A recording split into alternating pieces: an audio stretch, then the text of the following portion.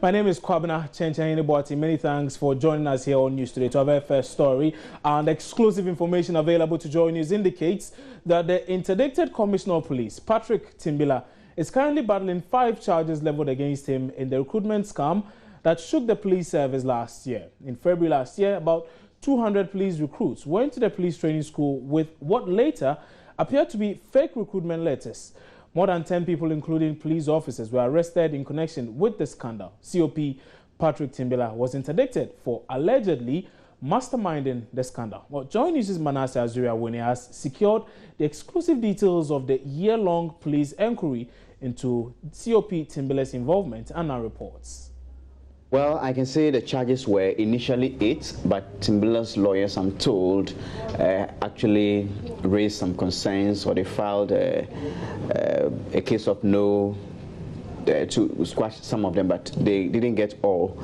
3 of the charges were dismissed, and the remaining 5 are what Timbala is fighting against. The charges include 1 that is alleged to have connived with some people, some individuals who were arrested to come out with this particular scam, that they were trying to do recruitment and made people believe that there was recruitment when in actual sense they knew there was no recruitment. That's the first charge he's facing. There's also another charge that Patrick Timbala is alleged to have taken an amount of 10,000 cedis from one Aisha. And Chencheni, you remember there's this woman we are told was a shea butter dealer who was also doing some recruitment. And we are told this woman paid an amount of 10,000 Ghana cedis into COP Timbala's Ghana Commercial Bank account. There is also another allegation or charge that he's taken 11,400 Ghana cedis from one Brown. This Brown was also fingered in, I'm told Paul Brown also fingered in this recruitment scam. And this amount was supposed to have been paid into Patrick Timbala's account, also at the Ghana Commercial Bank.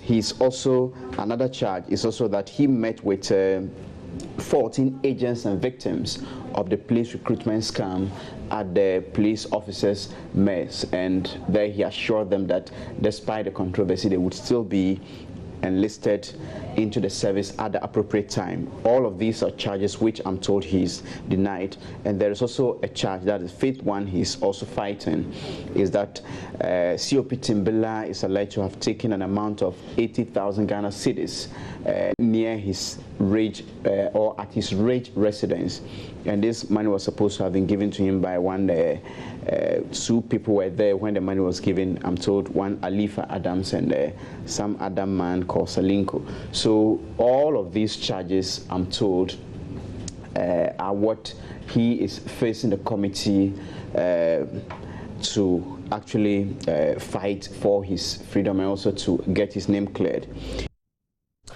Now, the Ghana Police Service is today organizing a 1-week memorial for the late DCOP Awumbutoge Awuni. Until his death, DCOP Awuni was the Eastern Regional Police Commander for the service. He died a week ago after a short illness. Joy News has been engaging the family of the late DCOP Awuni as well as some friends at the 1-week memorial of the late law enforcer. To set it right is Amwibu Toro. Amwibu Toro.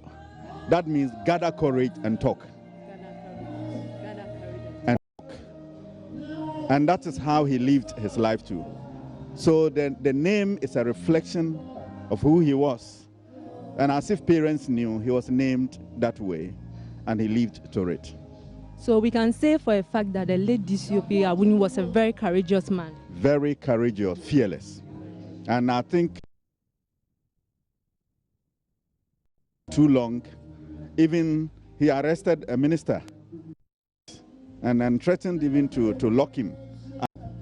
This is unheard of in this country, for a police officer to arrest a sitting minister. It's unheard of. And that is enough testimony to his courage. Yeah, when it comes to law and order, and when he knows what he's doing is right, he doesn't care what you think about him. So back to the family now. We want to find out how the family is going to fill the gap his death has left behind. Well, whether my younger sister or my daughter, to be honest, to fill the gap is impossible. Impossible in the sense that he has had such exposures that, together with the family one, that have all contributed in defining him. And each individual, as God's order is unique. A unique individual with unique exposures and therefore unique character defined for the nation, for the family, and for society. He's gone. It will be very difficult to fill his gap. We only pray that God in his own divine wisdom will find a way, as far as his role and services are concerned, to make up for it. But to replace him is virtually impossible. It's going to be very difficult to replace him or to find somebody to fill in his shoes, by what you are saying. Exactly. We want to find out, has the date been set for the funeral arrangement? We want to find out if we've come out with the date so far.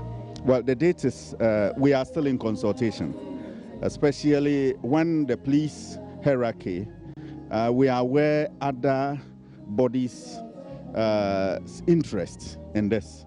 You know, at a level, a particular individual goes beyond only being a property of the family.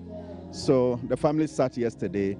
We considered a number of issues. Latest, come this Sunday, we'll have the final meeting after all the stakeholder consultations to be able to determine the date. We will let you know as soon as things are, set out. So the date will be communicated to the media as soon as you have it? Very quickly, without delay. How many children did your younger brother leave behind?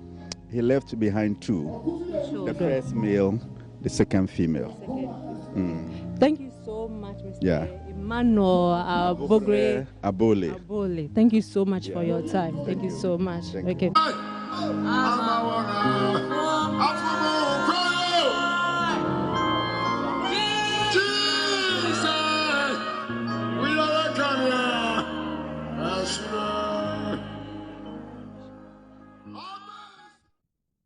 And we say may his soul rest in perfect peace there. But away from that, and after years of fighting and killing each other over a parcel of land, the chiefs and people of Nakpanduri have vowed to never again use violence to settle their differences. Many people were killed in the conflict between the Kokumbes and Bimobes. Schools and hospitals were shut down in the heat of the clashes. But the two families have now decided to give peace a chance. Seth Kwamboatin covered the conflict in 2014 and produced a documentary titled Bloody Land. Well, the chiefs and people there say that documentary compelled them to stop fighting.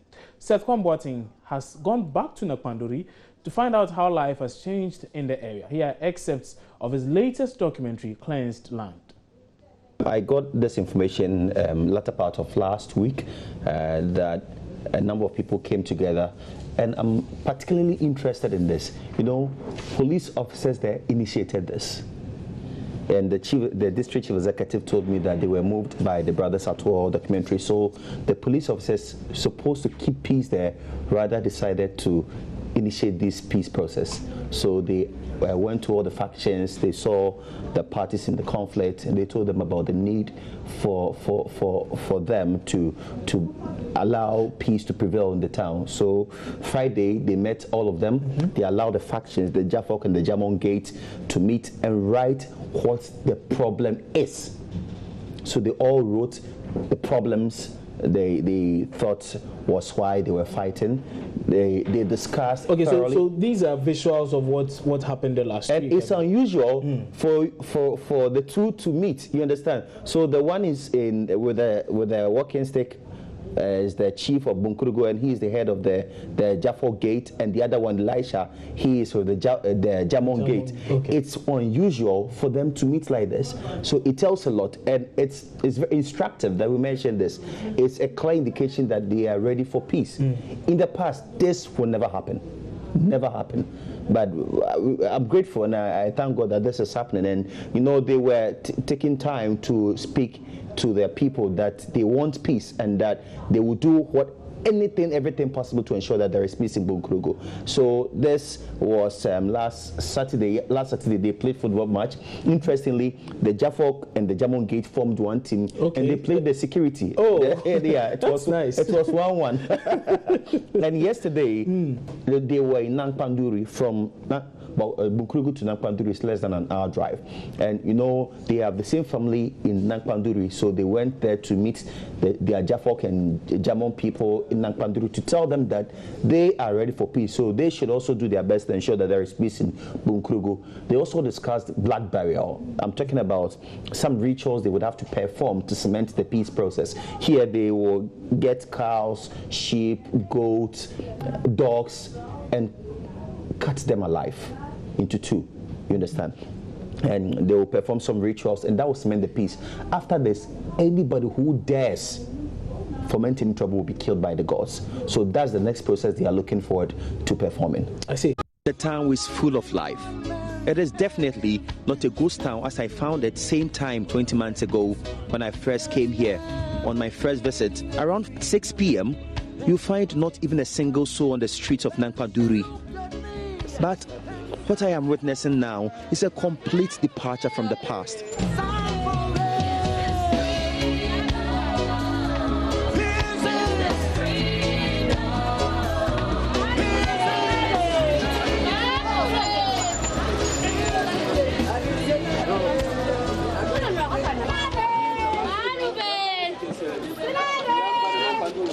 So the women who were not happy last year, complaining bitterly about the curfew and how it was affecting their businesses, are now happy. I'm here to speak to them again a few months after the curfew was lifted. We are now happy. Okay. Our business is now moving how we want. So our children too, they are happy. Okay, so it's 5 p.m. now. You're going to sell your garnet until what time? Until 1 o'clock, I can sell. Yes, if there is cars, I can sell. We are selling. So we are saying any time at all, we will get up and go to the house. And our children too, they are feeling better now. How much money have you been able to make since they lifted the curfew? In a day? If the market is, I can sell more than 200. That is 2 million? Yes. Hey! Yes, a day. It will be more than that. Now we are making money. We are just making money, actually facts.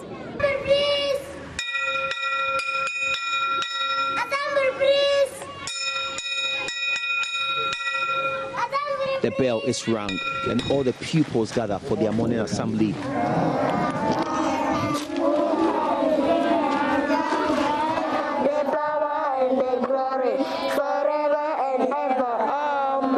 After the prayers, teachers spend time preaching peace to the children.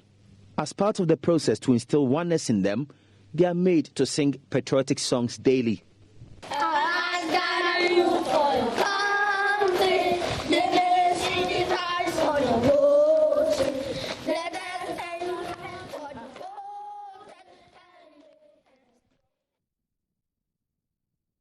So those are excerpts of Seth Kwamboating's latest documentary, Cleansed Land, and it's airing on this channel, that's the Joy News channel on Multi TV, at 6:30 p.m. Make it a point to just have a feel of that particular documentary. We're taking a break here on News Today. We'll return shortly with a lot more stories. Stay with us.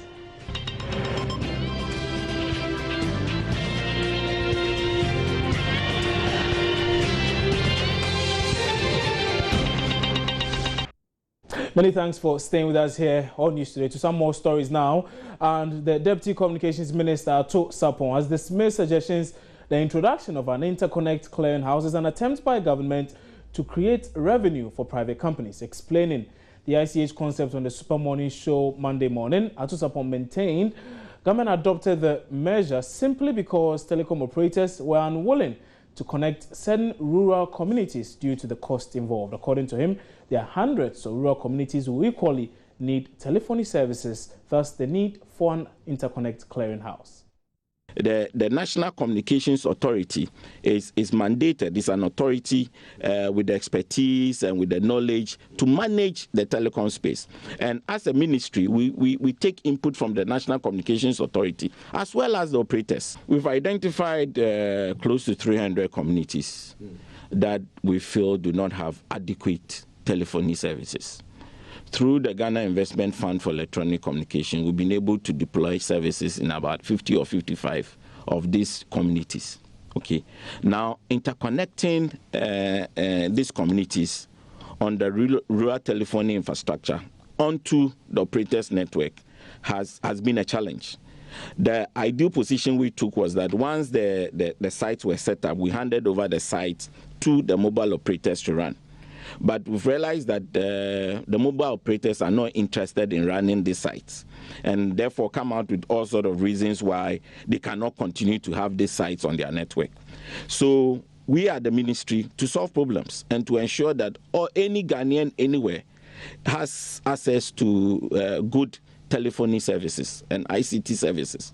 So we've decided that we are going into the area of licensing what we call rural telephony operators. To be able to do that, there's a need to have a policy on domestic roaming, okay? Because these guys should be able to interconnect seamlessly to any operator, okay? And as long as you are roaming on those rural telephony sites and we have an ICH in place, it will be very easy for the interconnection to the operators to happen. So will all these people have to pay connection fees? Which people? The users? These licensed rural operators. Yes. They will have to pay. Yes, because their users or their customers will be interconnecting to other operators, and because they are interconnecting to other operators, they should pay interconnection fee. Could you let me quickly say that, you see, the ICH concept needs to be probably clearly understood. There are 3 layers of revenues that the ICH operator generates. One will be services that the ICH operator is rendering itself.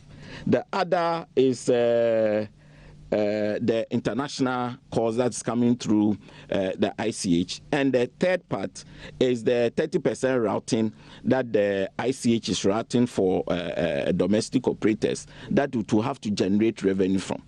The ICH, my position is that the ICH operator is a business and must be able to earn its keep. So this policy creates a 4th layer of revenue for them. Well, tomorrow I think we're going to have to discuss, the government's interest in creating revenue for a private company and whether or not the government isn't interfering a little too much. Kojo, we are not creating. Let me correct that. We are not creating. You see, we are not creating revenues for a private operator. That is why revenue assurance has been taken out. Monopoly has been changed to multiple ICH operators, and we are all for it. Local roaming has been brought in. Yes, local roaming has been brought in because with the ICH in place, it makes it very possible for domestic roaming to be introduced. Okay. Let's turn our attention to the health sector. And the intensive care unit of the Kolebu Teaching Hospital has been reopened 2 years after being shut down for maintenance. 3 other clinics of the facility have also been reopened after a 4-week shutdown for similar purposes. According to Joy News' Matilda Pomega, who visited the facilities this morning, the 3 clinics, including the ICU, are currently functioning with queues of patients waiting to be attended to. Yes, the clinics, we closed the clinics because we needed to do some work, complete some additional works at the ICU. We have successfully completed those works, and then we made an announcement on Friday that we were now going to start the clinics today. I'm sure when you went around, you saw that the place was already full with patients, and they are being seen in the various consulting rooms. We are going to continue today's clinic where the general surgery clinic and then the urology clinic, and I think on Thursday we'll have the urology clinic, the neurosurgery clinic as well. So we've started in full swing, and then we hope the patients will take advantage and then come for the necessary care from us. So how long has this clinics been closed, and what work specifically went on there? We announced the closure on the 8th of February, and today, 21st, we've reopened. So it's roughly about 4 weeks that we took. We announced that we're going to actually reopen by the end of this month, and yet we have been able to open even before the end of the month, in the 3rd week of the month. So And the works done was, when you go there, the ICU, we have some theaters there. We've been able to, we changed the theater beds, we changed the theater lights, we provided the needed consumables that we operate with the machines that we have in the ICU. So these are in the main, some of the works that we carried out at the ICU and theaters. But specifically, tell us about the ICU. The ICU has been closed for 2 years, and due to some issues with consumables and all that, have all those issues been sorted out now? We won't find the ICU being shut down again? Yeah, that was exactly what we went to do. The hospital spent in excess of 1 million Ghana cedis to get these additional consumables for the ICU.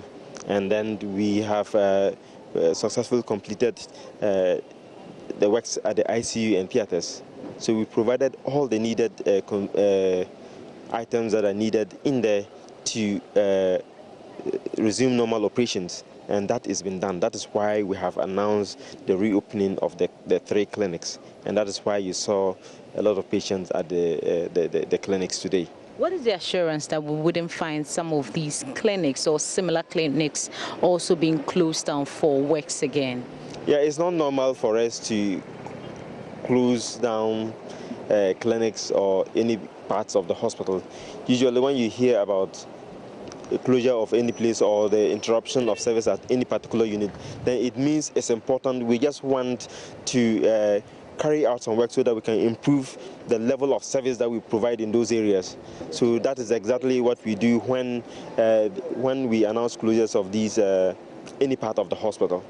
Urology, the neurology and the general surgery units have been open to the public today. These clinics at the Kolebu Teaching Hospital were closed down over 4 weeks ago to ensure maintenance work are carried out. This clinic, including the ICU, was also closed down 2 years ago. Today, the hospital has announced that full clinical operations are ongoing here. We are here to find out for ourselves how generally clinical services are being conducted, today being the first day. We'll be interacting with some patients. We'll be speaking to management and also find out generally how clinical services are being conducted today. I come here every 3 months for review. And I was here last 3 months for review. And we were asked to go home and to come back a new date, which is today. And this is why I have come here. But I didn't know whether the other departments of Kolebu were not working. So, Mr. Datsi, tell me, which clinic exactly are you coming to? Genitourinary. Genitourinary. It's a post-treat. Okay. I'm coming for post-treat review. Sure. Okay. So tell me, what have you observed here this morning? Have you seen the doctors at post going about their work? I've just asked a gentleman, and he told me we are a bit late because the doctors are not in there here. But I believe since they've been coming to call the patients, the doctors are in there. And hopefully I'll be there. Sure. Facility. Since today we have a lot of clients coming because everybody has his clinic day. But we are supposed to be here last 2 weeks because of the crisis. I was asked to come today. So it means those supposed to come today, because if John, they might have fallen off. And at times, supposed by this time, I'm around to see the doctor. Because of the lot of people coming today, still I'm here. It's around 10 o'clock. Tell us, you were supposed to come here last 2 weeks, and you have been rescheduled for today. Have you seen the doctor? Have you seen people going into the consulting room? Yeah, people have been calling. I'm supposed they are going. But of course, I've seen my doctor around, so I'm sure I'll be called. Miss Charles Christian Coleman. Okay. So, Mr. Coleman, tell me, what do you make of today's visit to the surgical unit? Oh, what I've realized is that because of the rescheduling, the number of people has increased more than normal. Okay. How many times have you been rescheduled?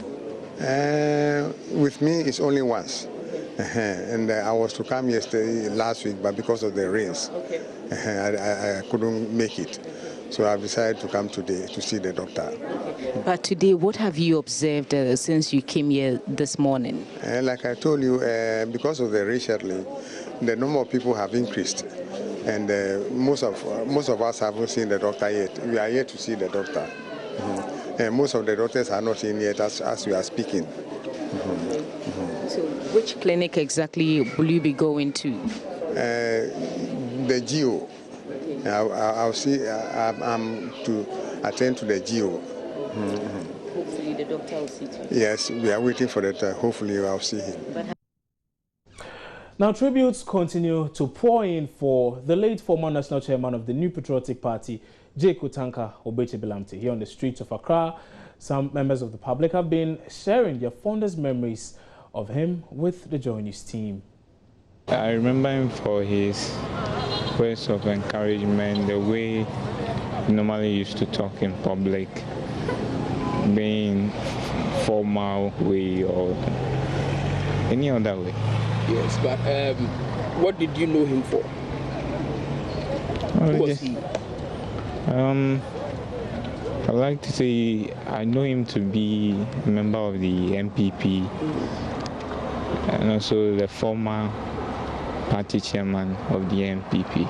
I know him for his work done, how he worked towards the government, and then the products he came out with, and then to be the party of MPP and the work he did for them and so on. Okay, I just remember him to be MPP's chairman.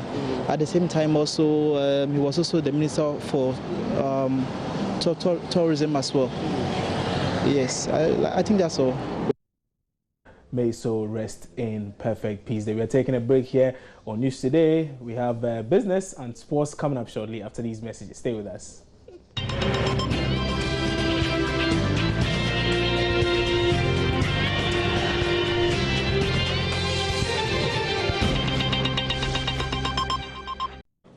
And it's now time to do some business. And the Ministry of Trade and Industry has admitted the timing for implementation of the directive to suspend the exportation of raw cashew nuts was wrong. Until June was wrong. It therefore now wants to widen its stakeholder consultation towards developing the industry after widening the directive. More on this of the business report. The withdrawal of the directive means that cashew traders and processors can now purchase and export the produce in its raw form. According to the ministry, the withdrawal was informed by the view that the timing for the implementation would be best when traders or agents who have purchased raw cashew nuts for export would not have challenges with warehousing cost and deterioration in quality of the produce. It also admits that ideally the directive should have been issued at the beginning of the year to enable farmers, agents and traders plan for the management of the impact. It also cites the challenge of managing the transit of the produce through Ghana from Burkina Faso for export through Ghanaian ports. Meanwhile, the ministry is to, in the medium to long term, engage especially the Cashew Industry Association of Ghana to institute some measures to ensure some order in the industry. This includes empowering the National Buffer Stock Company, NAFCO, to purchase the produce and ensure an all-year-round supply for processors. Also, are plans to initiate discussions on establishment of a credit scheme for cashew farmers as well as a cashew management board to license, supervise and monitor all activities in the cashew value chain. The ministry is also considering to implement a 10-year cashew development plan to ensure the development and expansion of the cashew industry. And more than half of the country's debt stock is in the United States dollar denominated. This was contained in the latest Bank of Ghana Economic and Financial Data Report covering activities last year and the first 3 months of 2016. According to the report, out of the 97 billion Ghana cedis public debt as at December 2015, the external debt component was 58 billion cedis. George Rafi has more on the debt numbers and how other sectors of the economy are faring. The 58 billion Ghana cedis is the local currency bit of the external debt, which is normally quoted in dollars. The report also shows that the 97 billion Ghana cedis public debt accounts for about 73% of the country's GDP instead of the initial 63% put out by government. When the country's total public debt is converted into dollars, it is worth $25 billion as at December 2015. A careful look at the numbers also shows that the debt is still rising despite several programs by government to control it. For many, the disturbing part of these debt numbers is the fact that, looking at the way the foreign component is rising, it could put a lot of pressure on the Ghana cedi when it comes to servicing it if the local currency doesn't stabilize against the US dollar. For instance, the 2016 budget, government has set aside 10 billion Ghana cedis to service interest on funds borrowed. The report also puts the country's international reserves at $5.4 billion, which could help import goods for 3 months and 1 week. The data also shows that the country earned a little over $10 billion from its exports, whilst on the import side, it spent $10.2 billion bringing in goods to meet its needs. Meanwhile, economist Professor Godfrey Bobkin believes a lot more attention should be given to growing the economy if efforts to reduce public debt can achieve its desired results.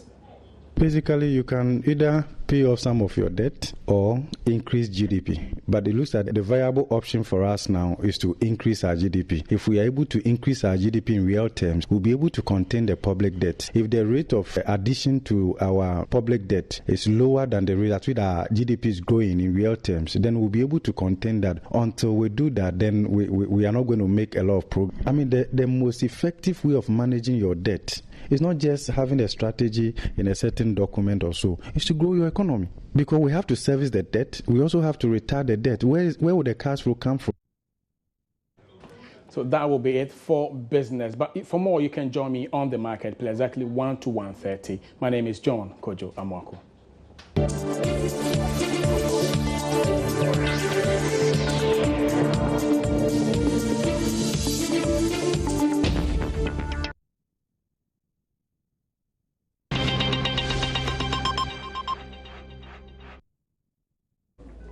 It's time to talk entertainment here on Joy News today. And to start with is the multimedia climb to the tallest mountain in Ghana, Mount Afajato, where hundreds of Ghanaians joined the exercise, including the Minister for Tourism, Culture and Creative Arts, Mrs. Elizabeth Ofosuejare. Some of the patrons who managed to successfully climb the mountain thanked the multimedia group for organizing the event. I am excited! Seriously, I didn't think I could do this. At a point in time, I told Nathaniel, see, there's no trophy out there. I think it's going to be much easier than this, but Charlie, it's better to experience it now. Still panting. I am still panting. I don't even know how long it took me, but I'm glad I made it. I was all excited, but Charlie, no pain, no gain. You thought it was going to be easy? Not really. I mean, of course, this is Afajato, but I'm happy I made it.